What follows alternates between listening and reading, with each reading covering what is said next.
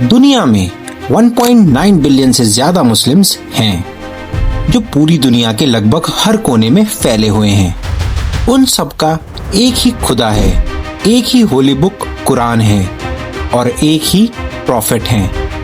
फिर भी एक ऐसी इनविजिबल लाइन है जो इस मैसिव कम्युनिटी को दो हिस्सों में बांट देती है, और वो चीज है सुन्नी और शिया।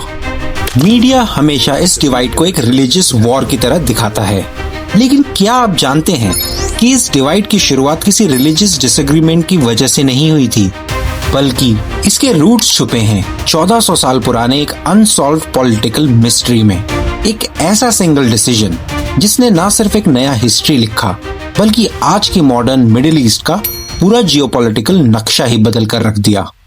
आज हम डिकोड करेंगे उसी टर्निंग पॉइंट को। वीडियो के एंड तक आपको समझ आ जाएगा कि जो हम टीवी पर देखते हैं सच उससे कितना अलग है। तो कहानी शुरू होती है साल 632 कॉमन एरा से। प्रॉफेट मोहम्मद की डेथ के बाद एक बहुत बड़ा पावर वैक्यूम क्रिएट हो गया था। उन्होंने अपने पीछे कोई क्लियर रिटन इंस्ट्रक्शंस नहीं छोड़ी थी कि अगला लीडर यानी कैलिफ कौन होगा, और यहाँ से मुस्लिम उम्मा यानी मुस्लिम कम्युनिटी दो अलग सोच में डिवाइड हो गई। एक ग्रुप का मानना था कि लीडर को कम्युनिटी के कंसेंसस यानी आम सहमति से चूज करना चाहिए। उन्होंने प्रॉफेट के सबसे करीबी दोस्त अबू बकर को अपना पहला कैलिफ चुना, जिस कारण से रशीदुन कैलिफेट की शुरुआत हुई। लेकिन स्टोरी में एक प्लॉट ट्विस्ट था। एक दूसरा ग्रुप था जिनका डीपली मानना था कि लीडरशिप सिर्फ प्रॉफेट की ब्लड लाइन में ही रहनी चाहिए, स्पेसिफिकली उनके कजन और सन इन लॉ अली इब्न अबी तलिब के पास। इस ग्रुप को कहा गया शियाअत अली यानी पार्टी ऑफ अली, जिसे आज हम शॉर्ट में शिया कहते हैं। तो अबू बकर, उमर और उथमन के रूल के बाद साल 656 कॉमन एरा में अली आखिरकार फोर्थ कैलिफ बने, लेकिन उनका रूल बहुत इंटेंस पॉलिटिकल कॉन्फ्लिक्ट्स और सिविल वॉर से भरा हुआ था। टेंशन बढ़ती गई और फिर आया 680 कॉमन एरा का वो साल जिसने इस पॉलिटिकल डिवाइड को हमेशा के लिए एक डीप इमोशनल स्कार में बदल दिया, द बैटल ऑफ करबला।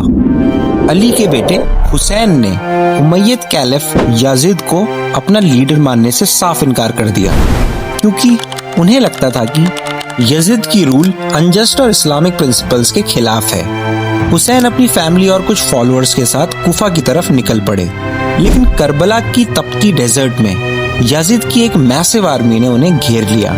कई दिनों तक उन्हें पानी तक नसीब नहीं हुआ। उस ब्रूटल बैटल में हुसैन और उनके छोटे से ग्रुप को मार दिया गया। शिया मुस्लिम्स के लिए करबला का ये ट्रेजिक इवेंट सिर्फ हिस्ट्री नहीं है, ये टायरनी के खिलाफ सैक्रिफाइस का अल्टीमेट सिंबल है, जिसे आज भी हर साल अशूरा के दिन इंटेंस मॉर्निंग सेरेमनीज के थ्रू याद किया जाता है। जबकि सुन्नी मुस्लिम्स भी हुसैन की बहुत रिस्पेक्ट करते हैं, पर उनके यहाँ करबला का सेम सेंट्रल रिचुअल इम्पोर्टेंस नहीं है। सदियों तक चले इस पॉलिटिकल कॉन्फ्लिक्ट ने धीरे धीरे थियोलॉजिकल और रिचुअल डिफरेंसेस का रूप ले लिया। जैसे सुन्नी इस्लाम में लीडर यानी कैलिफ डिवाइनली अपॉइंटेड नहीं होते और रिलीजियस पावर स्कॉलर्स के पास होती है, पर शिया इस्लाम में इमामत का कॉन्सेप्ट है। वो मानते हैं कि उनके इमाम्स डिवाइनली चोजन होते हैं। 12वीं शिया, जो सबसे बड़ी शिया ब्रांच है, मानते हैं कि उनके 12th इमाम फ्यूचर में दुनिया को बचाने के लिए एज अ मेहदी यानी इनकारनेट करके वापस आएंगे। डेली लाइफ में भी छोटे छोटे डिफरेंसेस हैं, जैसे नमाज के वक्त कई सुन्नी मुस्लिम्स अपने हाथ चेस्ट पर फोल्ड करते हैं, जबकि शिया मुस्लिम्स अपने हाथ साइड में रखते हैं। प्रोस्ट्रेशन के वक्त शिया लोग एक छोटी मिट्टी की टैबलेट, जिसे तुरबा कहते हैं, उस पे अपना फोरहेड रखते हैं, जो जमीन से कनेक्शन और ह्यूमिलिटी सिंबलाइज करता है। हदीस कलेक्शन भी दोनों की अलग अलग है। आज दुनिया में 85 से 90% मुस्लिम्स सुन्नी हैं, जैसे Indonesia, Turkey, Pakistan, Saudi Arabia में, और 10 से 15% शिया हैं, जो ईरान, इराक और अजरबैजान में मेजॉरिटी हैं। लेकिन आज ये डिवाइड सिर्फ रिलीजियस रिचुअल्स तक लिमिटेड नहीं है, ये एक जियोपॉलिटिकल चेस गेम बन चुका है। एक तरफ है ईरान जो कि शिया मेजॉरिटी है और दूसरी तरफ है सऊदी अरेबिया जो कि एक सुन्नी मेजॉरिटी है।